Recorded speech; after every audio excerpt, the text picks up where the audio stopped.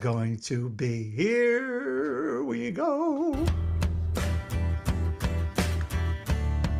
Sing along. I've been to Romamoo. I've been to BJ. I've searched all over for a place to pray. I found the mosh pit and knew that this was it. I am a MOShnik and I'm here to stay. And I'm turning gray. Yes, I am. I found community that is in tune with me, singing and dancing in our Zoom agog. Some contemplation mixed with elation. I am a MOShnik and I'm here to stay. And I'm turning gray. Yeah, I really am. A chance to meet you, a chance to greet you, a time to deepen what it means to belong. Let's have some fun tonight and spread some joy and light. I am a MOShnik and I'm here to stay. And I'm turning gray. Let's hear Hash from Shemayim.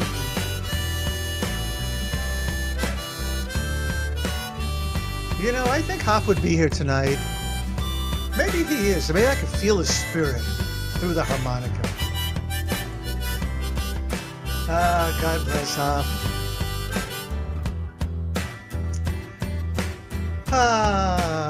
Alrighty. Welcome, everybody. Oh, I thought maybe when I opened my screen, we'd have 6 more people here, but no.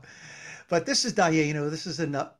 Did we lose somebody? 1, 2, 3, 4. No, we have 5. Okay, great. So without further ado, I think a drum roll is in order here to introduce one of my teachers and friends and colleagues, Reb Sarah.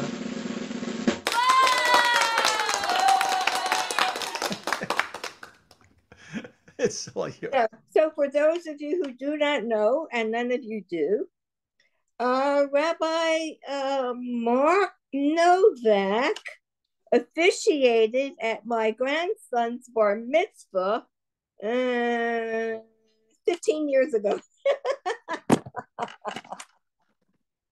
That's not a long time ago. Okay. So I'd like to begin by telling you a little bit how I came to be in this role. And I'll tell you why I'm not saying the name of this role until later. About 33 years ago or more, a friend of mine told me, and Rabbi Marsha, and Rabbi Julie Greenberg, who had a program in Philadelphia at that time, that Shalem Institute of Spiritual Formation was training people to be, quote, spiritual directors. Oh, Marsha and Julie were so delighted. They say, well, if you go, we'll pay for it. Who could refuse such an offer? So I went for 3 years. The first was an orientation for ourselves. The second was individual, quote, spiritual direction. I'll tell you what that means.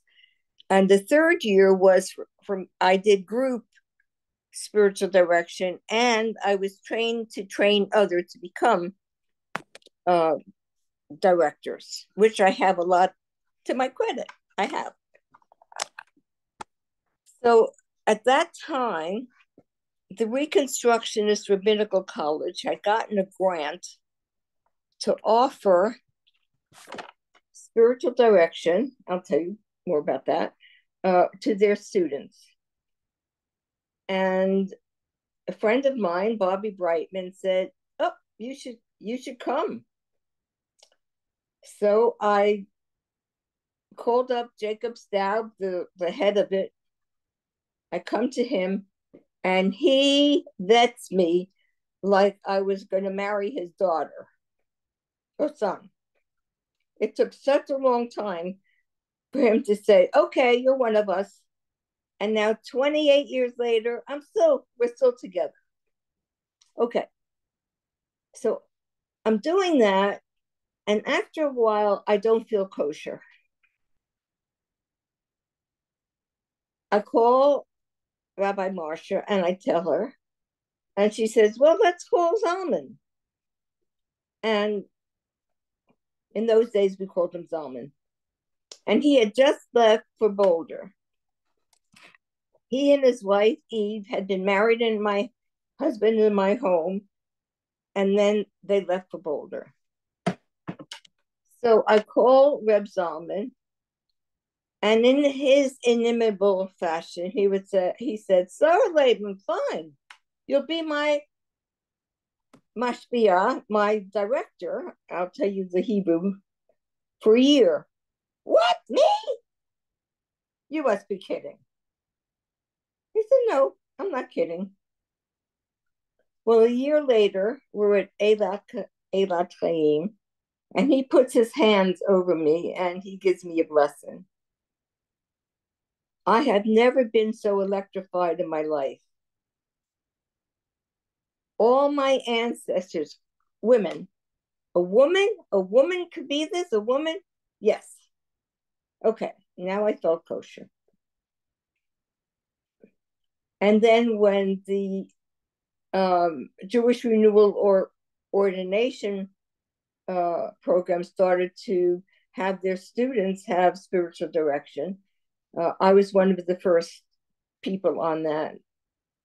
And then I trained people, cohorts for a number of years, a bunch. I won't go into that anymore. Enough about me. Okay. Can I just jump in here, add one or two things? Sure. Which is that Reb Zalman of blessed memory, his doctorate became a book. He wrote a doctorate on spiritual intimacy, That's right. That's my book. which became a book called Spiritual Intimacy, which was based upon the fact that he grew up within the Hasidic movement. You know, he was aware of how a chassid, meaning a follower of a Rebbe, would go to the Rebbe and ask the Rebbe for, advice, on important things. And as Reb Sarah now is going to go into it, and maybe now, maybe a little bit, about what the role of the Rebbe was there and what the role of now the spiritual director, because these are totally wrapped up one with the other, and how it became to be part of the Aleph rabbinic and all the ordination programs is Reb Zalman recognized that to be a spiritual leader, you have to be in spiritual direction. You have to have a spiritual director in order to throw the breadcrumbs for you to follow yourself and return to your most unique self. So this was part of the lineage of Jewish renewal, direct from Reb Zalman. Dibarti. Thank you so much for that. Thank you. So, what does Hashpah'ah mean? We have a Hashpah'ah training program. We offer Hashpah'ah. Some call it spiritual direction. But Aleph, through the encouragement of Reb Zalman, he called it Hashpah'ah. And what does Hashpah'ah mean? So spiritual direction, individual, is with one person, sits with another, companioning them on their journey with God or the divine. Hashpah'ah means, literally in Hebrew, being in the divine flow or consciousness of God's presence. So when I sit with somebody in Hashpah'ah, we're sitting in that place together.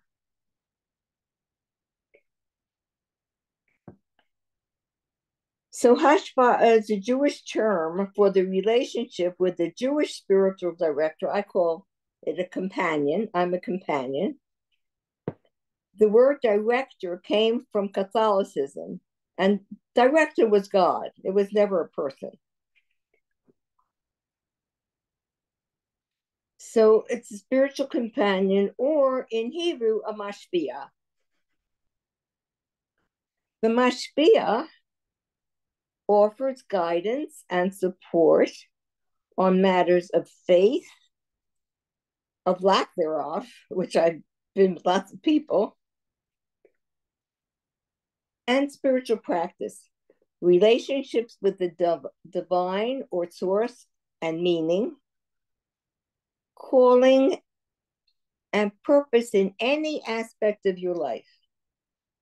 So if, for instance, one of you were to come, you could say, oh, I'm having trouble with my niece. And we would look at that through the lens of the divine, which differs from psychotherapy, problem solving, pastoral care, none of that. We only imagine a crystal, and we're only looking through that crystal of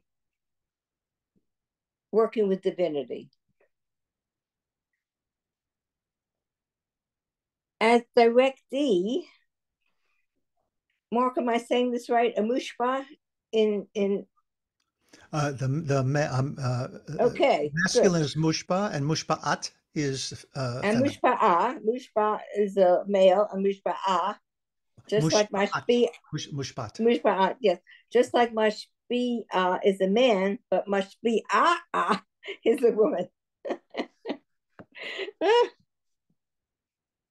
There is something that I would like to add while you're looking at your notes, Reb Sarah, which is the root for the word mashpia is shefa, shin pei ayin, right? Louder, please, for me. The root for the word mashpia or hashpa'ah is shin pei ayin, right? Which in modern Hebrew, hashpia is influenza, right? An So you get the influencer, word yes, yes. influence in there, but also the word shefa, and you all have heard of Rabbi Shefa Gold.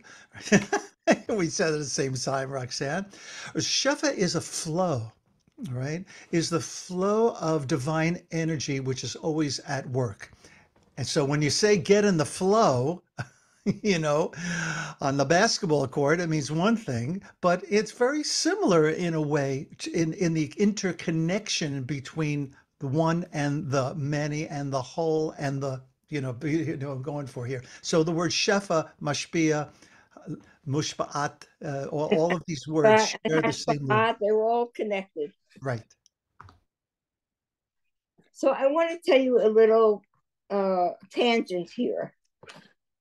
So when you heard me say the divine or not, I had a rabbinical student many years ago, and for her, she had a pendant that was a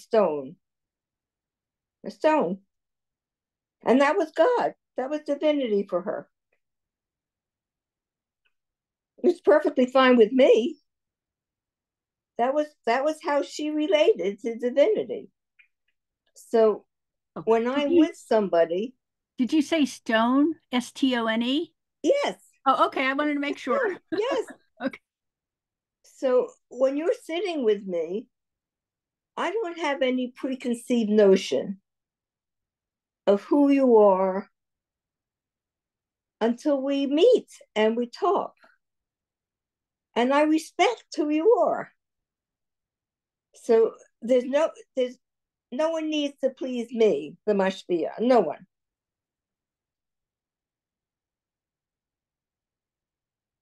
Dan? So one of the things that I've always wondered about is the difference between psychotherapy, pastoral counseling, and hashpa'ah. And So if you're going to go into some of that difference, that'd be I'm going to great. go in right now.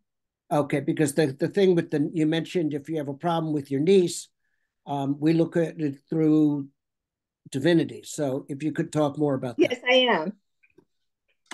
Psychotherapy, and I am a psychotherapist also. Ouch, my iPad keeps falling. Psychotherapy deals with the past. It deals with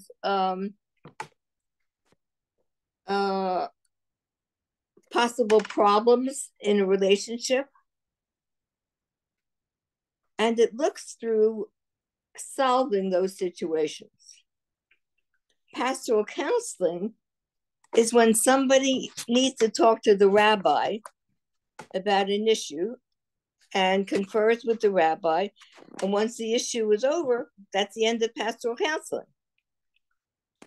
Hashpah'ah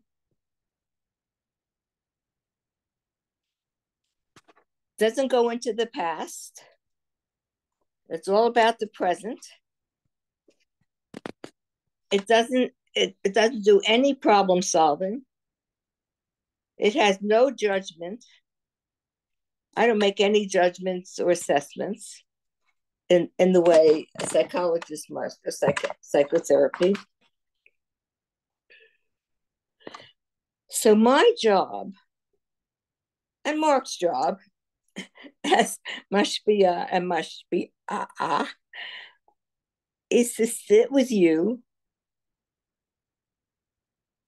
and my way of beginning is to be in silence.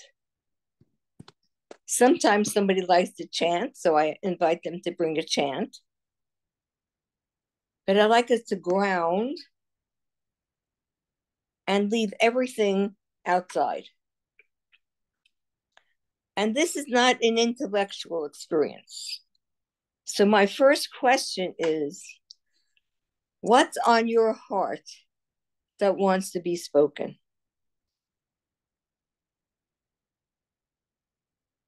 And sometimes somebody will say, I don't know. So let's sit a minute. Close your eyes. Invite whoever you want to in to help you with that. Then in a minute or two, the person will say, oh, okay. I'd like to talk about my job. I'm having a really hard time with one of my co-workers. Really? Tell me more. So tell me a little more. So I said, so what might, and I always ask people first, what name do they call God? What's their name for divinity? And I use that name, whatever that is. What might, I'll say divinity, be inviting you to look at in this relationship?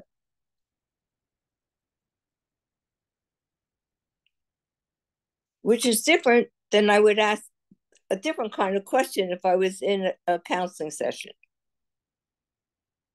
So that person, I ask that person questions for their reflection so they can discern for themselves what's going on. And sometimes I might be able to reflect back what divinity I see in this person that person may not be seeing in themselves at that time.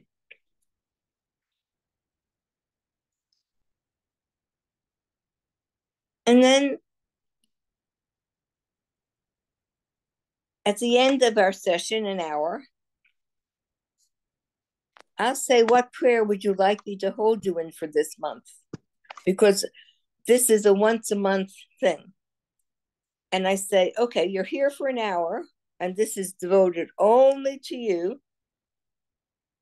And now for the rest of the month, you're directly in relationship with God. And so I might ask, in what way will you want to continue with God for this month? Will you journal? Whatever comes up. And then at the end, I'll ask, do you feel complete?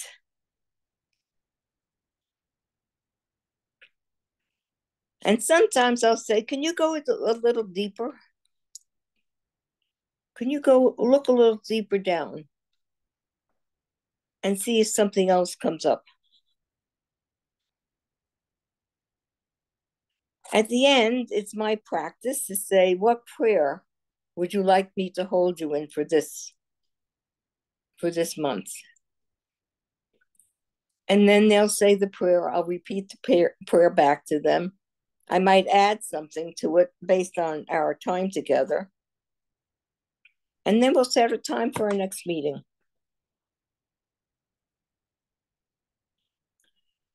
So Hashpah'ah never ends. I've been with my Mashpia for 25 years. Sean was almost 40 years. It doesn't matter if they're Jewish or not Jewish. I'm blessed right now to have as my Mashpia one of my former students, one of my very earliest students. She's now my Mashpia. Any questions you might have? Susan, and then Dan. It's so nice to be with you, Susan, not in a silent retreat.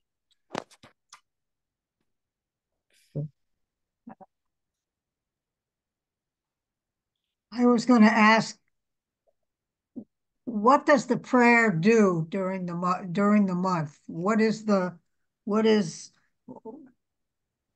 purpose of the prayer, and what does the person do with the prayer? I mean, how does the prayer work? The person doesn't do anything with the prayer. I say the prayer for that person. I hold that person in prayer. And then what does that mean? What does that do? Well, people have reported back to me that they felt seen and heard and cared about. Because I was saying their prayer for them on a daily basis. Even though we had no contact whatsoever. Now, what a person could do sometimes, depending on the relationship, we could do a psalm together. We could do whatever speaks at that moment in time. It's not text-based, but sometimes a song just fits the moment. So I started to say, Hashpah'ah doesn't end. You can stay with the same Mashpah'ah, Mashpah'ot, whatever, forever. Or change. It's entirely up to you. What I encourage people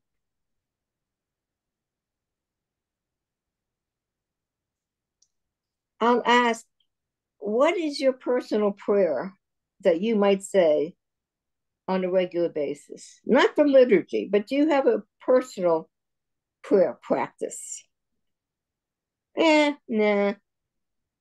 So every now and then, I'll go to I'll have a person to Reb Nachman's walking out to a tree and praying for 20 minutes and listening for some response and seeing what that feels like to them, and have them maybe journal about it and tell me about it when we meet again. So there is such a variety, and I know that more can add more and more and more. a variety that he does with his folks. Might Yeah, you if I want to could. do that a little? Yeah, I'd love to. Thank you. Um, I hope that you're getting a sense that this work of the Mashpia is more of an art, or at least as much of an art as it is the science of the skills that we have um, uh, gathered over the course of the years that we trained for, and then continue training, and learning and growing and reading as time goes on. Um, and I have had three mashpim since the beginning of my rabbinic or towards ordination, and and times I've switched to the third one because I just felt that I wanted something a little different. And sometimes you change just as a mashpia, you change because you want to experience somebody else's style, somebody else's way Right. of doing it. I bring music, surprise, surprise, surprise, Mhm. into mine, and I usually always give some quote unquote spiritual homework that is based upon what happened in the session. So something happened in the session might give rise to a quoting from a psalm, like you were saying, Reb Sarah. For example, "Sur meira v'yaseh tov," turn from the bad, from that which is keeping you distant from divine, and turn towards the good and do good. Right? I'll say, use that as your mantra for the month. Right? And see what happens. Journal about it. Just be quiet About with it. Right? And actually bring different kinds of modalities to it. If a person is is like use a different medium, is an artist and draws, draw with it. absolutely. If you're walking, I'll so oftentimes bring Thich Nhat Hanh's quote of "walk like your feet are kissing the ground," you Yeah. know, and while you are saying this mantra, and then stop and listen, and then walk some more and see the face of God in everyone, that we're all made in the image of God. So it depends what happens during a session, but if you're paying attention, you might have an insight as to why in our breakthrough rooms it always ends with "ask for the blessing you need." So Rabbi Sean Zevitt likes, I think he coined the word hashpa'itic. Right? Hashpah'ah. He You likes want a that word. Hashpah'ah blessing? Yeah. But I think that is the mold in which our Shabbat mornings is that it's part of me, and that's always the foundation. Um, Now, just one other thing I want to say is, Susan, you asked what the prayer might serve that person during the interim month. Well, me praying for my mushba is one thing, but the prayer carries great weight for the person who is actually praying, because then you begin to explore your prayer life, or as Rep Sandy, you said, your not prayer life, your relationship with God. What God? Where God? Who's God? you know so this is multidimensional, and there's a lot of patience involved for you, and there's a lot of listening involved for the spiritual companion slash director to really tune into what's rising, and then to tune you back into it. All right. So to share, like you said, use different language, Rip Sarah, but you were saying what I say. Share a little bit more about that.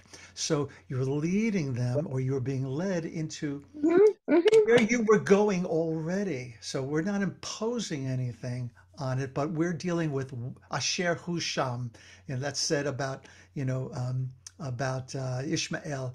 When Hagar, takes him out, and he's dying of thirst. You meet the boy where he is, and so that's the mashpia's role, is to meet you where you are.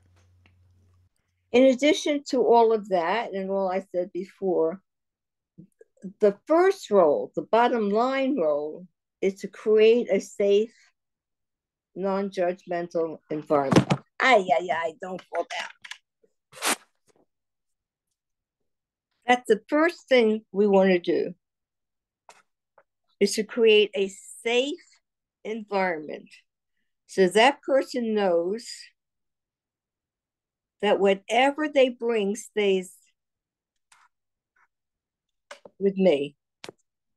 They can talk about anything they want to, but I may not. Not to anybody. The only exception being by law that if there's homicide or suicide, I have to let the authorities know. But other than that,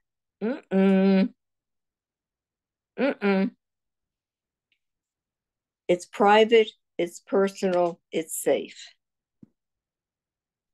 And when you create a safe environment, people feel safe to be vulnerable.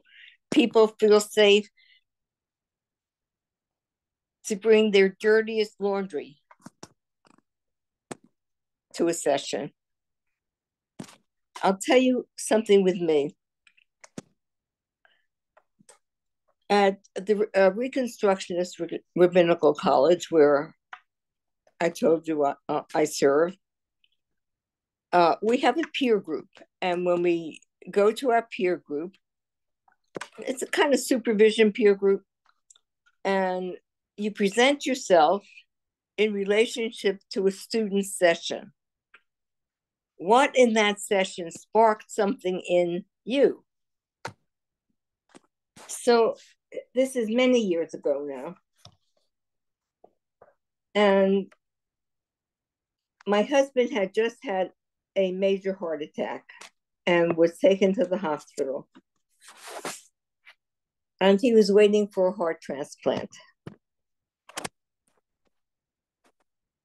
My sister, who was at my grandson's bar mitzvah, the youngest of the whatever, said, okay, I'm going back home to New York and I'll come back tomorrow and I'll be with you, except she dies in her sleep.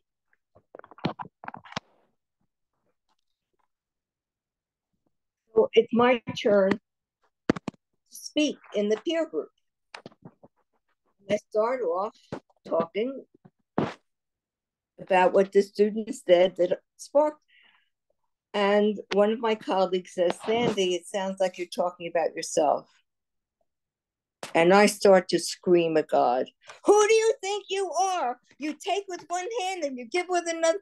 And I'm screaming and crying. And my peer group is just holding me. Just holding me as I cried. And I screamed at God, who do you think you are? How dare you do this? Come face me. They just held me in absolute silence. It just so happened that the next day, I had my own spiritual director session, and that was with an Episcopalian priest, a lady. So I'm with Charlene, and I tell her what happened the day before. And she said, Sandy, how old are you with that God? Who is that God that you were screaming at? How old are you? And I start to cry. I say, I'm a little girl. Yes. And that God is with you. And that God is crying with you and holding you.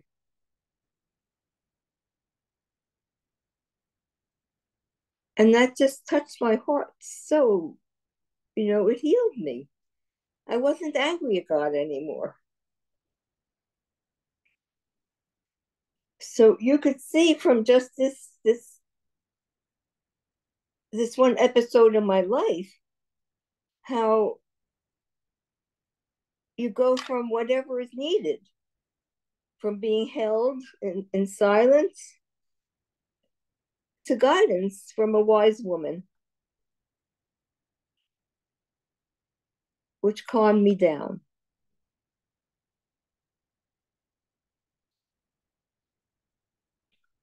So I share this with you for you to see the range.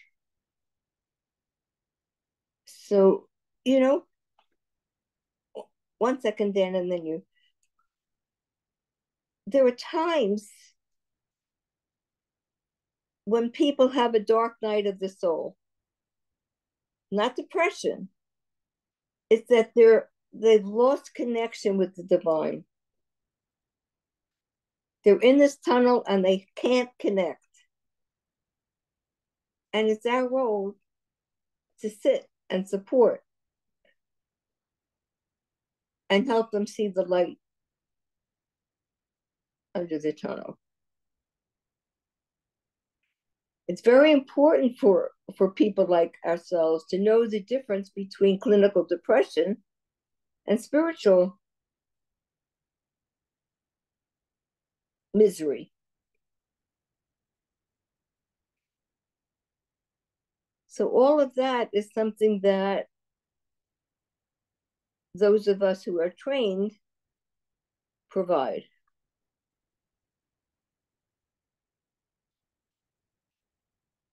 In the 30 some odd years I'm doing this, nothing gives my life more purpose than serving my directees.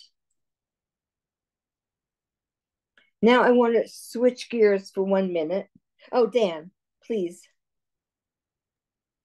So, two things.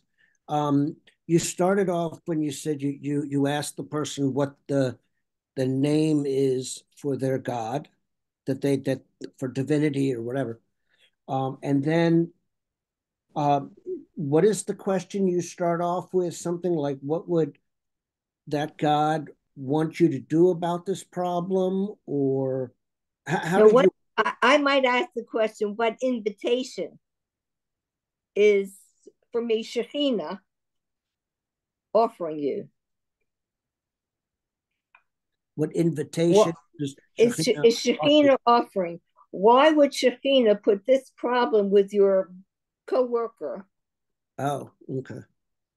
Right now, what are you supposed to garner from that? Sit in silence if you need to. Talk it out if you need to. So there's assuming that there's some meaning to the problem, or some lesson, or something that you can gain from dealing with this problem. Yes. Okay. It's not often that we problem solve with it, but only what that person discerns he or she might be doing. Okay. And that's part one. Part two, of course, I always ask, what happens to somebody who really doesn't have a belief or faith in a divine, doesn't have a relationship with a divine, doesn't know what you're talking about? Exactly. Exactly. That's wonderful. That happens a lot. I'm sure. It doesn't happen so much with rabbinical students as it does with, I'll call us lay people. And people, I'll say, so what brings you here? To see me. And they'll say, I don't know. I've never had any education about God. I've never cared about God. Is there a God? Isn't there a God? And I'll say, how about we explore that over time? Let's sit with it and just explore it. For you, there may not be a deity. I don't know. I can't answer that question for you. But over time, you might be able to discern that yourself. You might be able to, over time, feel it out. Be curious. Experiment. And it's amazing how over time people connect. And they said, I never knew this was possible. Can I interject? So I said, for you, divinity could be music. For you, divinity could be swimming in the pool. For you, it could be meditation. For you, it could be dancing. Who knows?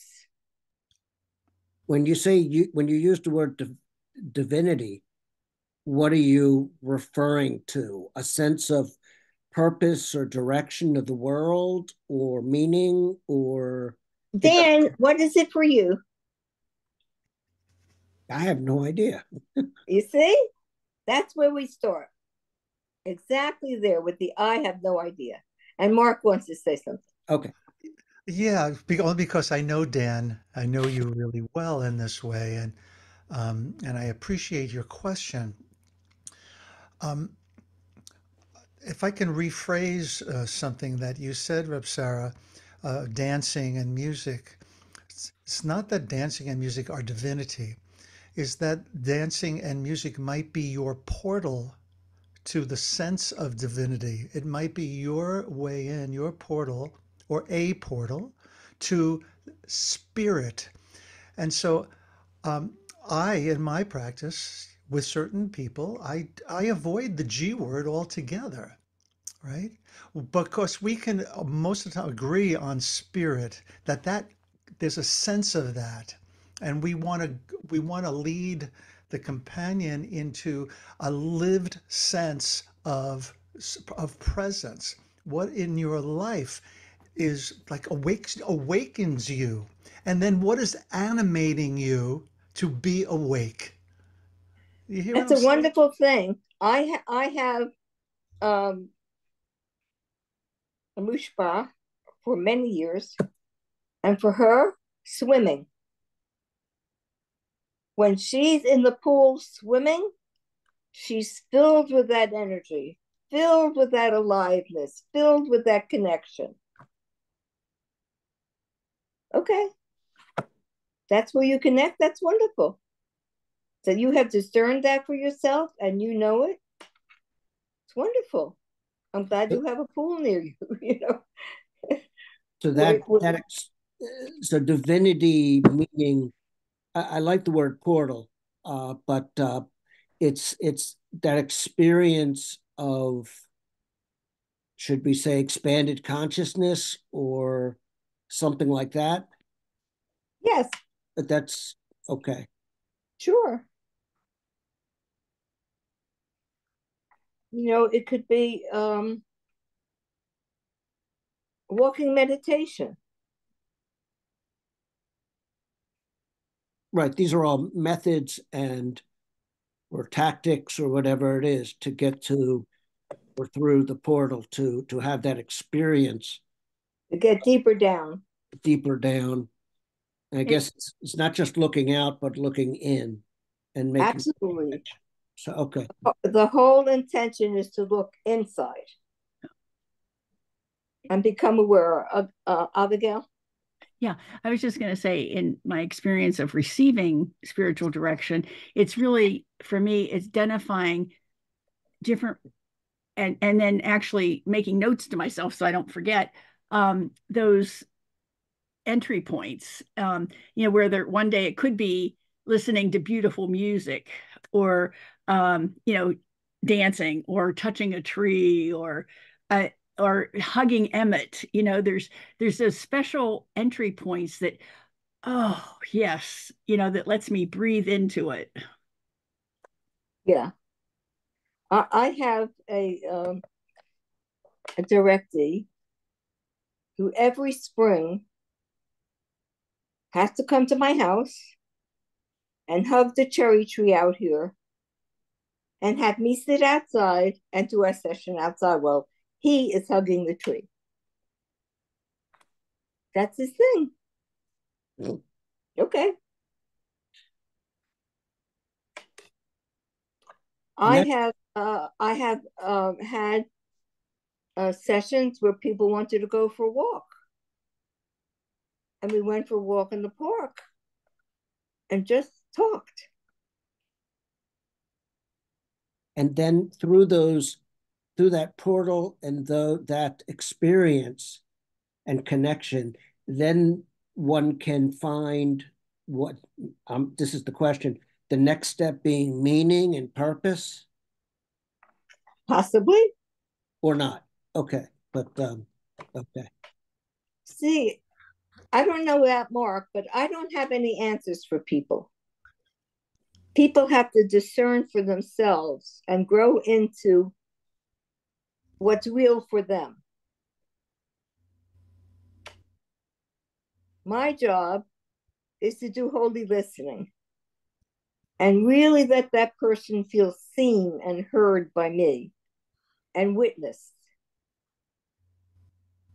And sometimes I say, could I change my kippah to my therapist's kippah? It's rare, but sometimes I ask that permission. Can I jump in here just for a second? Yes, sir. Dan, Rabbi. your question is, if I'm hearing you correctly, you're asking a question about the goal. We're Yes, responding he's with asking answers about the about goal. we're answering with answers about process. Exactly the difference. Thank you, Mark. It's not intellectual. It's a heart process. It's a somatic process. Are there any? Oh, Susan, please. As a result of the process, what kind of relationship is most is what kind of relationship develops between the the the person that's getting the spiritual direction and the person that's giving the spiritual direction? Is it kind of like teacher and student, or friends and friends, or what kind of a personal connection kind of Susan, develops? Susan, I am your companion on your journey in looking into this place in your life. If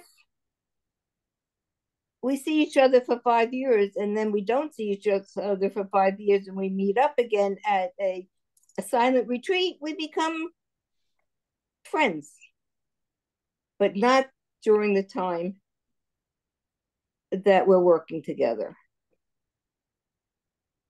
That's a very special, very private relationship. Does that answer your question? Partly, but I still don't understand what you mean by a. Can you speak a little louder, please? I don't understand what you mean by a special private kind of relationship. I don't understand what you mean. I hold what you have shared with me privately. I don't talk to anybody else about it. Right. You're free to, but I can't. So that's what I meant about private. Okay. So that the point of view, the way the person views the spiritual director is kind of like a companion guide, but not really a friend. Exactly. Or a teacher or anything. It Yeah. doesn't have the same role as a rabbi or a teacher. It just is. It's kind of like a No, but a guide. rabbi can be a spiritual director.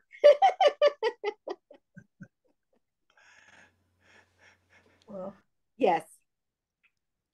And getting back to the word Hashpah'ah, this all comes from Reb Zalman.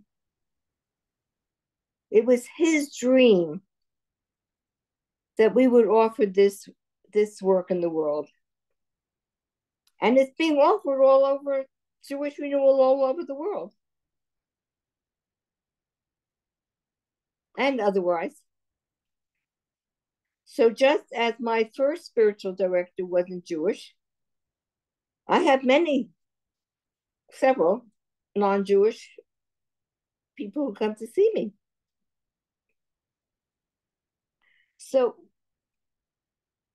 if it's okay, I would like to transition into group spiritual direction. So group spiritual direction is where a number of people who are like-minded, who would like support, a broader network. So the group is about 5, maximum 7 people, best 5. And there's a facilitator to start with. If I'm starting a group, I'd start as a facilitator. And people volunteer to say, I have something on my heart I would like to talk about today. And then each of the members of the group are in the role of asking questions for their reflection when that time comes. So there's a period of time where the person tells their story. What is it that they need support with? And then we take a few minutes of break to really get to take that in. And then we go on. And each person in the group acts as the spiritual companion of the person who's speaking. So let's say it's the six of us. And Mark is the facilitator for this night. And it's Dan or Roxana, whom we haven't heard anything from yet. Roxana said, yeah, I have something I would like to. So the person who's facilitating, in the beginning, it's somebody, I'll quote, a professional like myself, but after that, people rotate. And Roxana tells what she wants to share. We take a few minutes for Roxana and the rest of us to really hear her. And then I'll say, are there any questions for reflection for Roxana about what she said? Dan may say, yeah, could you clarify X? Could you clarify Y? Good. Then we pause.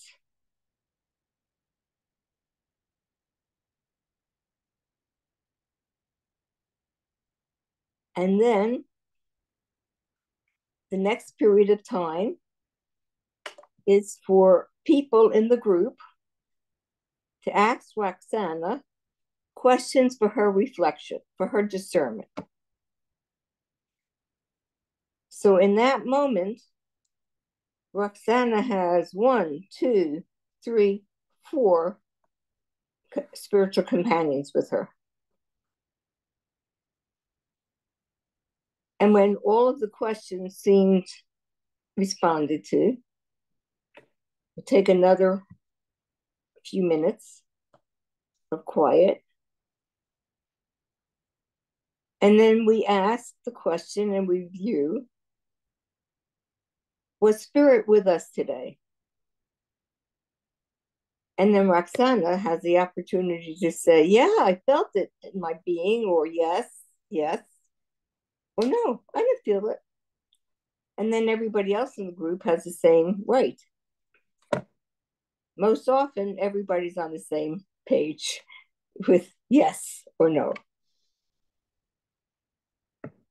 And then, hold on, and then most groups have a tradition of praying for each other until they meet again the next month. So each person might say, this is the prayer I want. I'd like you to pray this prayer, and I'd like you to pray this prayer. And then we set a time, and we might ask, is somebody willing to start next time to offer? And Dan says yes. And then we say, but if something comes up when somebody else needs it, we'll let that person go first. Then we say good night. We put it in our calendars when we're going to meet next month. Dan, Mark, who wanted to speak? Well, if I could just throw something in here, which is we can talk all night about Hashpah'ah, but it's kind of like Paris. That until you've been to Paris, it's impossible to explain without, in a way, and fully without experiencing it. And things make a lot more sense. And then if you went back and listened to Reb Sarah or what I said during the session or read up on it now I get it. And I know that, Reb Sarah, that Roxanne is might be too humble to correct you on her name. I love the name Roxana, but it's Roxanne. Oh, Roxanne, sorry. Thank you for being kind and not correcting me, Roxanne. Okay, so how would you like? Oh, Dan, please. Just a quick question. When you started off with, when you were talking about the group, people that were like-minded, what does that mean? People that have similar ideas of what God in their lives is, or no, just that they want to participate in this with other people. Oh, okay, all right. I didn't know That's what all. you meant by like. No. Thank you for the clarification. So, oh, Susan. What do you think the difference between doing spiritual direction virtually, like we're doing or talking about it, or having the virtual experience of it compared to the direct personal live experience of it? I'm thinking of perhaps in a virtual setting there nonverbal cues might be missed, and there might be some kind of communication that doesn't come across in a virtual setting, so that it that would come across in a personal setting. So I'd like your opinion about how effective, or how we could compare the two. So since COVID, it's gone on Zoom, both group and individual. Now it's quieted down a little bit. People come to my home again. But we still, others who don't live locally, we do it on Zoom. What's the difference? Which is one better or not so good? Is there advantages? What advantages are It depends on the person. I have one student who only wants to come to my house. That's her preference. Okay. I have somebody else that lives in Brooklyn. He's a rabbinical student, but he lives in Brooklyn. So you think you can be just as effective virtually as in person? I mean, okay, so there isn't this. Yeah. We're going to demonstrate that right now. Okay. Let me just add, I've been in spiritual direction for a number of years now, including back in seminary.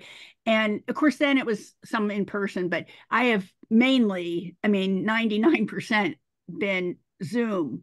And it is just precious because, usually, and I've been group and in one-on-ones, and I find no difference. It's about how open I prepare myself to be. Exactly.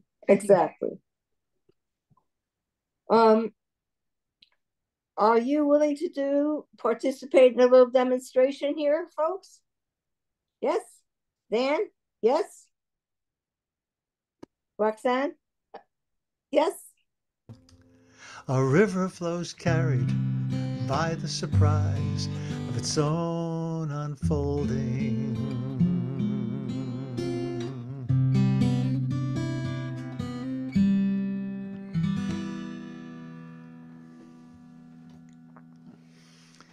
Reb Sarah, thank you for your generosity of spirit. Thank you. This was delicious. It was an intimate gathering, and this wouldn't have happened had we had more people. And so, how blessed we all are by each other's presence. And so let either me or Reb Sarah know that you're interested in continuing in some shape or form, either individual or group. I'm leaving on Monday, and we do want to open this up to other MOShniks as well. So this might not come together for a couple of weeks, unless you're talking about working individually. Then you can get started anytime you all are ready. So let Reb Sarah know, let me know, and Godspeed. How very exciting. Thank you, Reb Sarah. This is what makes Mosh unbelievable. This was so much my pleasure. Thank you all. Thank you so much.